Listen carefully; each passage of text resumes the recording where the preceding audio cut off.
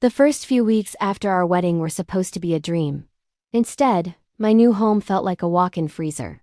Liam, my husband, the man who had promised to love me for all of eternity, treated me like I was invisible.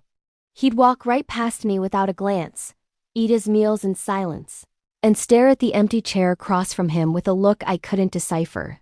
Was it regret? Anger? I tried everything to get his attention. I talked to him about my day, sing our favorite songs, even rearranged the little trinkets on his desk. Nothing. It was like I wasn't there at all. The silence in that house was deafening, a heavy blanket smothering the joy that should have filled every room. My heart ached with a confusion so deep it felt like a physical wound. What had I done wrong? Was this a cruel joke?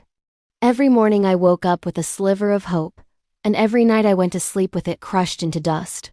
The man I loved was a stranger, and I was a ghost in my own home. One night, the quiet was broken by a storm raging outside. I found Liam in his study, the only light coming from a small desk lamp. He was hunched over a pile of old newspapers, his shoulders shaking. I crept closer, my heart pounding with a mix of fear and curiosity.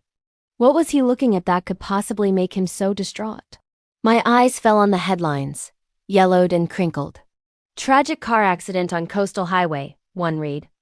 Newlywed bride pronounced dead at the scene, another screamed in bold print. My breath caught in my throat.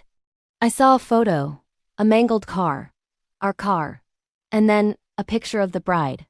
Her smile was radiant, her eyes full of life and love. It was me.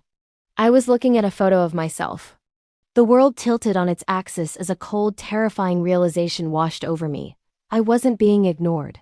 I wasn't being punished. I was gone. The accident. It all came rushing back in fractured images and searing pain. The screech of tires, the blinding headlights, Liam's desperate scream of my name. It wasn't him who had changed. It was me. I looked at my hands, faint and translucent in the lamplight. I looked at Liam, his face buried in his hands, his grief a raw, tangible thing that filled the room. He wasn't ignoring me. He was mourning me. I had been so wrapped up in my own confusion that I couldn't see his pain.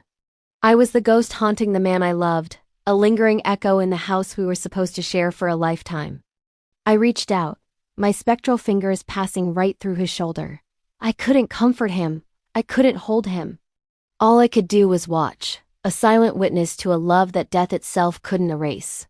My name left his lips in a broken whisper, Alara. And for the first time in weeks I knew he saw me. Not with his eyes, but with his heart. Thanks for watching, and if you enjoyed this story, don't forget to like and subscribe for more.